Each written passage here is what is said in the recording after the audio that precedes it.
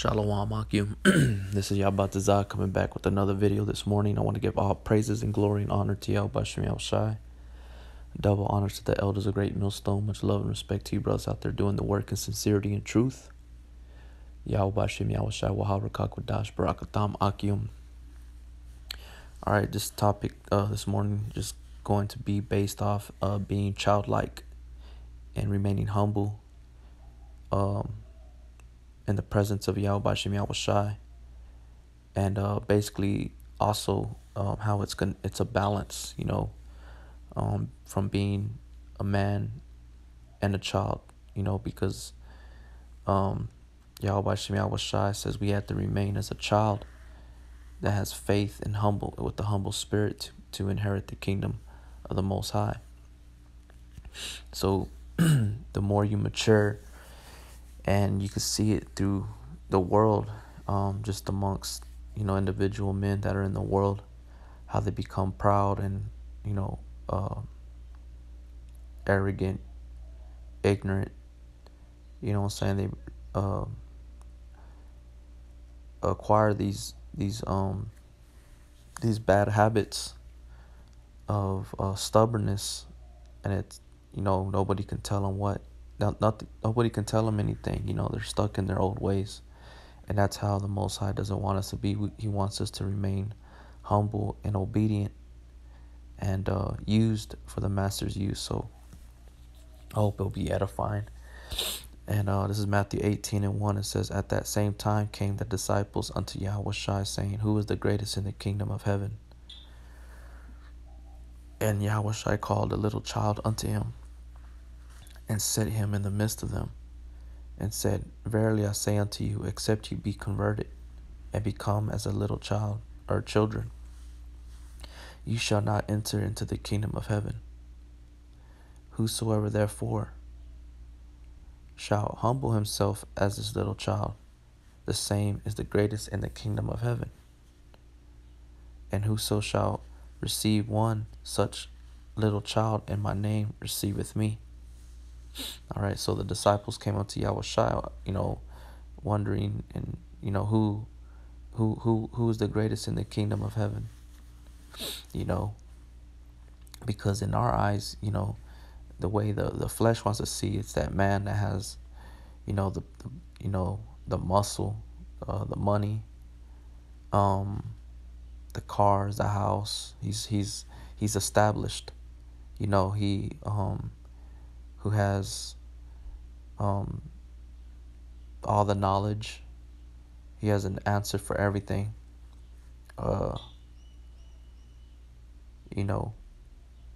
That's how our eyes want to see as being somebody as being the greatest. Okay, but the Lord doesn't look that way. He looks at the spirit, the man that has a humble, contrite spirit.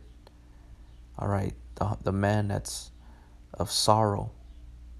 Okay, but at the same time he applies mercy, and he knows how to be balanced. Okay, he knows when he has to show himself a man. He knows when he there's a balance to all this. So the greatest in the kingdom of heaven is the one that humbles himself as his little child. Okay, so it's not about how much how much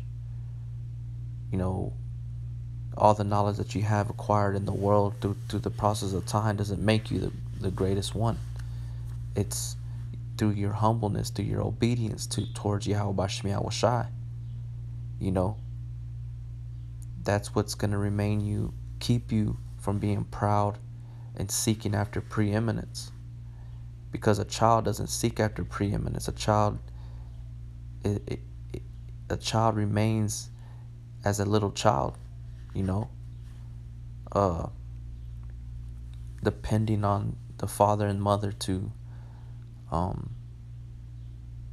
help to help him, to guide him, to protect him. That's what we want. That's what Yahushua wants from us.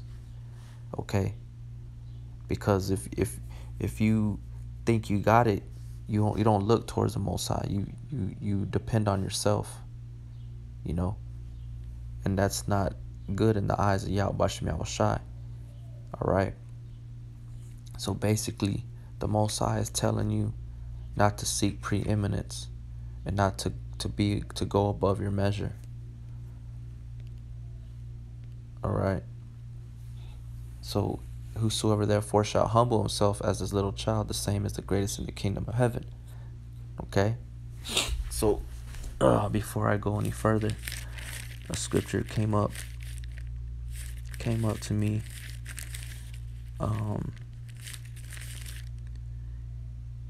Here in Matthew chapter 5. All right, it says, verse 19, whosoever therefore shall break one of these least commandments and shall teach men so, he shall be called the least in the kingdom of heaven. But whosoever shall do and teach them, the same shall be called great in the kingdom of heaven. Okay, so an obedient child is going to fulfill all his father and mother's requests, his duty. All right, he ain't going to go outside of that. He's going to continue to be obedient. All right, so that child is going to be the greatest in the kingdom of heaven because he has the faith, he has the humble spirit, he has all the attributes of a man of the Lord. Okay, it's not speaking that we had to remain simple, it meaning that we had to be obedient, humble in the eyes of Yahweh Bashem Yahushai, and to put off pride. Okay, not seeking preeminence and things of that nature. Okay, so another one just came up to my mind here in 1 Corinthians chapter 14 and verse 20. It says, brethren, be not children in understanding, howbeit in malice be ye children, but in understanding be men. You see, so it's a balance. Okay, there's a balance to this thing. When Yahushua was speaking as that symbology, or being symbolic, us being as a child to being humble in the spirit. Okay, but also we know that we're grown, we're men, we're grown in age. But when we come into this thing, you're as a newborn babe, so you grow into a newborn, a toddler. All right, from an infant toddler to a young child, right, to a teenager, to an adult. So that's how it is to the spirit, the same process. So whenever you woke up, that's how old you are in this truth. Okay, but Yahweh Shai is telling us here, brethren, be not children in understanding, howbeit in malice be ye children, but in understanding be men. Okay, but we have to remain humble as a child with faith, because you can put your child on the edge of a wall, and you be at the bottom of that wall, and you can tell your child to jump, and that child will jump because that child has faith that you're gonna catch him. That's how Yahweh Shai wants us to remain. Okay, real quick, let me bring out this one here, 1 Corinthians 13 and 11. It says, when I was a child, I spake as a child, I understood as a child, I thought as a child, but when I became a man, I put away childish things. Okay, because in the ancient times, a child that I believe was the age of either 10 to 12 was already considered a man. But in today, we still see that him being as a child. Okay, so it's possible. It's possible through the knowledge, wisdom, and understanding of Yahweh Bashem Yahushai. Okay, but we have to remain in that state of a child, being humble. All right, having full of faith in our Father. Okay, so from there, let's go to Philippians chapter 4, verse 12. It says, I know both how to be abased, and I know how to abound. Everywhere and in all things I am instructed both to be full and to be hungry, both to abound and to suffer need. You see, it is like a father or a mother tells his child, when you go here, you go there. Don't be asking, don't be doing this, don't be acting up, just because you see a bunch of kids eating this or eating that doesn't mean that you have to be a part of that. There's a balance, and that's what mothers and fathers teach their children, how to be a balance, and when to say yes and when to say no. It's not always yes, I want. You know what I'm saying? It's the same thing with Yahweh Shai. We can't just ask him for everything. It's not according to his will. We're not going to be granted that. We have to ask the things that are needful for the spirit. Sometimes we won't even get that, But basically, Paul is telling us, I know both how to be abased and how to abound. So I'm going to look up that word abased. All right. It says the outline of biblical usage: to make low, bring low, to level, to reduce to a plane. Metaphor: to bring into a humble condition, reduce to meaner circumstances. You see, to bring into a humble condition. All right. So Paul knew how to be humble, and he knew how to be abound. He knew when to be a child, and he knew how to be a man, to be assertive.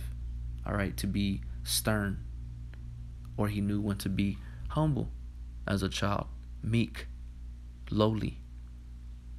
All right, merciful. Although he had those attributes within, whether he knew how to abound or be abased, he knew when he had to rebuke. You know what I'm saying? There's different levels of rebuke, different levels of exhortation, admonishment, things of that nature. Okay? So it says, metaphor: to bring into a humble condition, reduced to meaner circumstances. To assign a low rank or place to abase. To be ranked below others who are honored or rewarded. To humble or abase myself by humble living. You see? And right here, to lower, depress of one's soul, bring down one's pride. You see, because the Lord hates pride. That's why the Lord says, seek not out preeminence. Okay? Because you got some guys that want to be above or next to the same level as the elders, or think that they want to be at the level of Yahweh Bashem Yahweh Shai. The scriptures say knowledge puffeth up. No, man, you have to remain humble. All right, those are the greatest, and that are going to be the greatest in the kingdom of heaven. Okay? It says, to have a modest opinion of oneself, to behave in an unassuming manner, devoid of all haughtiness. You see? And right here, the KJV translation count, it says humble, abase, humble oneself, bring low. Strong's definition: to depress, figuratively, to humiliate, in the condition or heart, abase, bring low, humble. And one of the ways that, if you have a problem with pride, a pride demon, you have to fast, man. You know what I'm saying? You have to afflict your soul. All right. So let me go back. So that's what that means right there, what Paul said. I know both how to be abased, and I know how to abound. Everywhere in all things I am instructed both to be full and to be hungry, both to abound and to suffer need. Okay? So these things are required of a man of the Lord. Okay?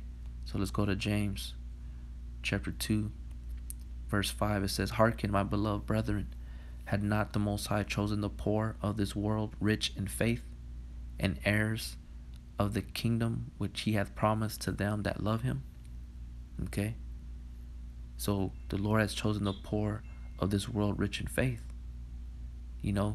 There's a scripture in the book of Sirach.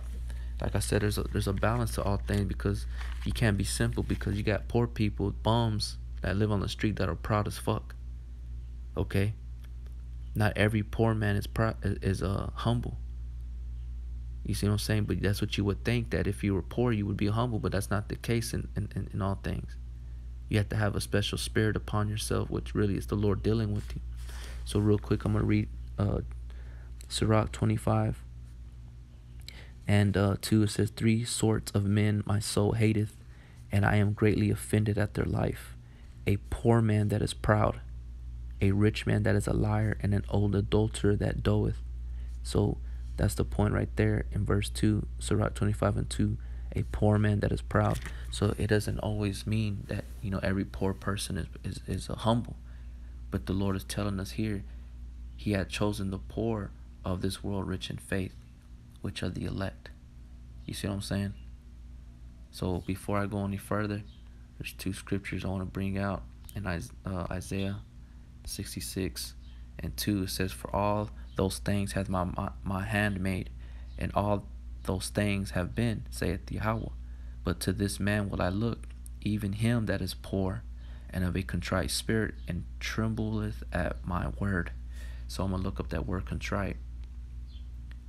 All right. Nakah is stricken, smitten. Lame, contrite. Dejected, contrite, lame. So let's look up here. Contrite. It says the feeling or expressing remorse or penitence affected by guilt, a broken and contrite heart, which is what is the result of what? What is the results of guilt? Humbleness. Okay, so that's who the Lord looks to, even to that poor, even to him that is poor and of a contrite spirit and tremble at my word. The Lord looks at you. Okay, so from there, let's go to Matthew, back to Matthew chapter 5. Start at verse 3. "Blessed are the poor in spirit, for theirs is the kingdom of heaven. Blessed are they that mourn, for they shall be comforted. Blessed are the meek, for they shall inherit the earth. Blessed are they which do hunger and thirst after righteousness, for they shall be filled. Blessed are the merciful, for they shall obtain mercy. Blessed are the pure in heart, for they shall see Yahweh. Blessed are the peacemakers, for they shall be called the children of God." You see, so all these different characteristics that the Lord is mentioning. Blessed are the meek, that mourn, poor in spirit, hunger, thirst, merciful, pure in heart, peacemakers. Those are characteristics of a humble person. Okay, for they shall, verse 9, look up that word peacemaker.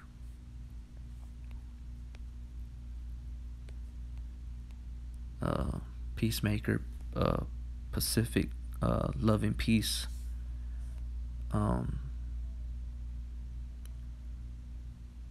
Says right here, pacificatory, that is subjectively peaceable. Peacemaker. All right, somebody that's peaceful is humble. So I'm gonna look up this word real quick. It says pacify. It says cool the anger, agitation, or excitement of. He had to pacify anger, spectators, bring peace to a country of warring factions, especially by the use of threat and use of military force. The general pacified northern Italy. All right, so that's what that word is, to pacify, which is to bring comfort, right? All right, so that's what the word peacemaker is. So he's gonna be a child of called the children of God. So I'm gonna go back to James. What was that? Verse 2. "Hearken, my beloved brethren, hath not the Most High chosen the poor of this world rich in faith, and heirs of the kingdom, which he hath promised to them that love him." All right, because the Most High resisteth the proud. All right, I'm gonna read it real quick right here. Verse 6, James 4:6. "But he giveth more grace, wherefore he saith, God resisteth the proud, but giveth grace unto the humble." And I'm going to jump down to verse 10. "Humble yourselves in the sight of the Lord, and he shall lift you up." Okay, so that's the point. You know what I'm saying? He resists the proud, like I said in verse 6, and he giveth grace unto the humble. Okay, so going over here to Sirach chapter 7, verse 4 says, Seek not of the Lord preeminence, neither of the king the seat of honor. Justify not thyself before the Lord, and boast not of thy wisdom before the king." Okay, so look up that word preeminence.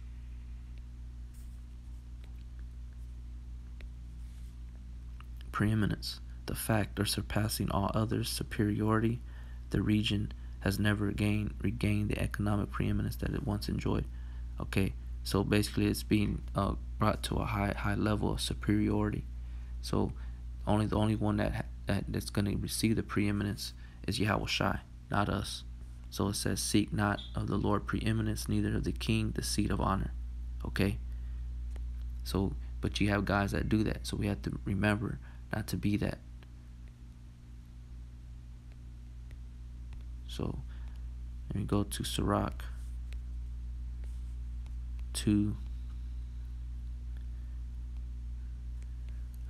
Sirach chapter 3.